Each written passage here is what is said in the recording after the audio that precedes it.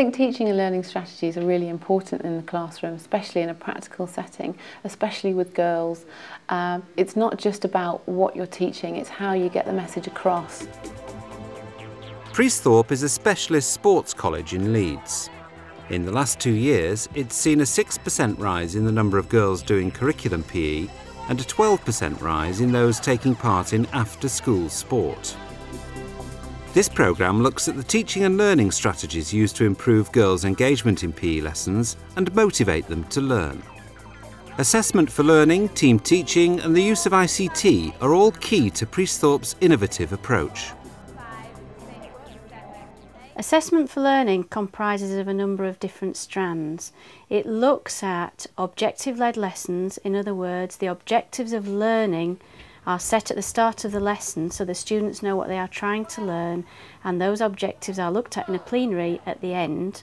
It comprises also of questioning techniques, of oral and written feedback to the students, and of peer assessment when the students are working together. What follows is a more detailed analysis of how PE teachers at Priesthorpe are putting the numerous strands of assessment for learning into practice.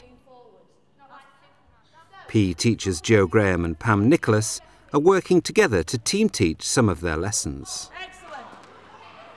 There's various ways that we do team teaching. Me and Jo have been team teaching together now all term. Team teaching is helping me as a teacher in terms of my own professional development. I've only been teaching myself for 3 years, so it's really nice to work with other members of the department who are more experienced than myself. Right, Pam, Today they're planning how to team teach a Year 9 group who will be doing rhythmic gymnastics for the first time.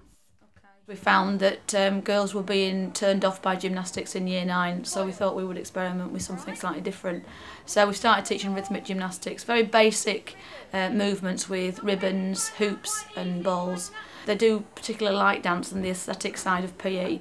It's quite nice to be able to sit down and discuss what we're going to do in the lesson beforehand, so we get a general idea, and sometimes a different point of view of teaching the same skill is really nice, and it can help you expand your knowledge and also make for a really good lesson. So, the objectives that we've got down on our plan, all students will know how to perform at least 3 basic ribbon moves.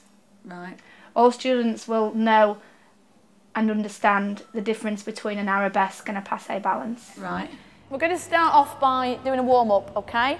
We've done lots of warm-ups before. We all know how to warm each other up. So you're going to lead the warm-up. So who would like to lead the warm-ups? We try and get students to lead the warm-ups, and we begin that in Year 7 and work through. By the time we get into Year 9, we will often ask students to lead warm-ups in order for them to take on the role of the official or the coach or the teacher, which is one important part of the national curriculum within PE. Are we going to split the group in half then and take half each to do the skills? I think we start all this off as a full group, but we sort of, obviously between us, say, I'll concentrate on feedback in this half of the group, you feedback to the other half of the group. Yeah, we do it like that. We've looked at splitting the group in half and differentiating the more able and the less able. One group working with the more able and one of us working with the less able. So, this is your ribbon. Everyone's going to get 1 ribbon each. We're then going to introduce them to ribbons and give them a taste of the basic moves of coils and snakes, etc. All you do is you get the ribbon and you get the stick, and you must hold the stick at the end. So all you're going to do is try and get the ribbon going in what we call a ribbon coil. What part of my body is moving? Hands up. My wrist. And that makes it move. In terms of the actual lesson today, it was mainly command style, in that we were stood at the front giving demonstrations to the students and then asking them to copy what we were doing. Nice circular movement. We're then going to get them to experiment with the movements, involving them working on different types of balancing and some form of locomotion. All you're going to do is you keep your arm nice and extended, okay? You're using your whole arm, your shoulder again, and you're coming from either side of the body. Okay, so it makes a nice figure of 8 shape. Around the body, meeting in the middle in front. Arms nice and straight. Then when we let them go on further to do their sequence work, again, it's more trial and error by the students. What must every sequence have? I haven't put it on the board because we should know. Good, and then position. They're trying to perfect their own sequences by learning what they can and cannot do in terms of their own ability. Okay, so looking for start and end position and those things in any order you want on your own. Okay, you haven't got long, literally 5 minutes. Have a go. Amy, try that. Right. We went round and provided feedback for each of the girls and tried to help them or suggested other movements that they might be able to do. A particular student was quite talented at gymnastics. For example, we'd have asked them to do a one-handed cartwheel. Good. Not bad at all. If we thought they weren't quite so able, we'd just be asking them to look at doing forward rolls and really basic formal gymnastic movements. Yeah, that's not bad. And then when you get into that position, you might be able to bring it over your head. Differentiation happens in lessons all the time, but team teaching enables us to differentiate and concentrate more on specific groups of students. When we team teach, we are able to spend even more time with different types of students who are performing at different levels. Excellent. Team teaching is really important in PE. You can bring a lot more variety to a session, so it's very, very useful. We find that girls tend to work faster, so if you've got a number of teachers that are going to be in the session, that gives chance for those girls to go and break out into smaller groups where they can learn faster. At the end of the lesson, we look at what's gone on in the lesson, try and make sure that we understand what students have learnt from the lesson, and to hopefully see that the students have understood the techniques involved in performing basic ribbon movements aesthetically. Which of the two balances did you learn today? One of them? A passe, good.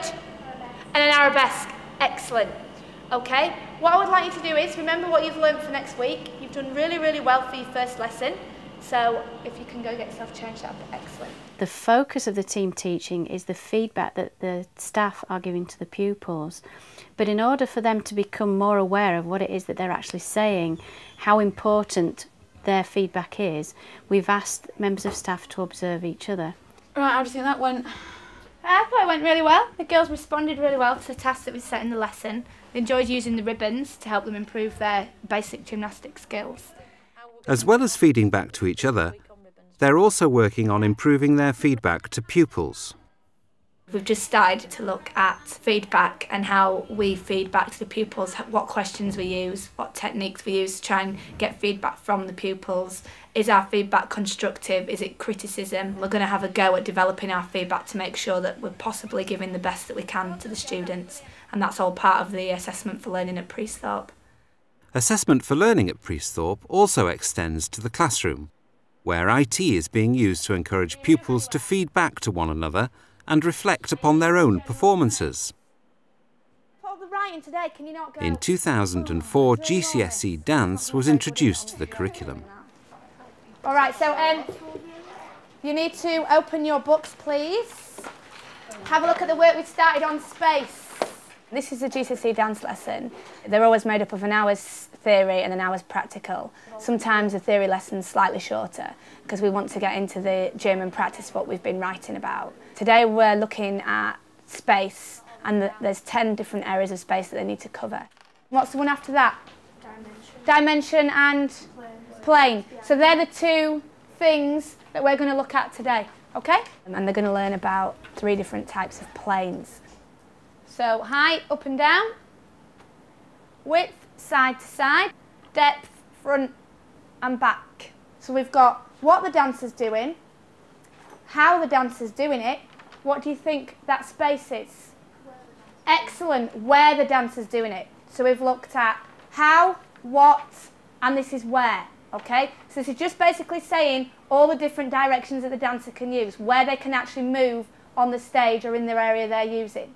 Once we've been in the classroom and been through all the notes and drawn the diagrams and discussed what each area means, we'll then go into the gym and they will put that area into practice in their dances.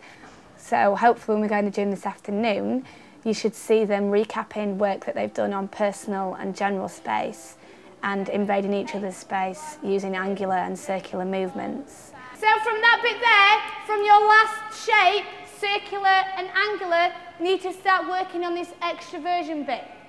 Okay, so looking for nice, big, bold movements.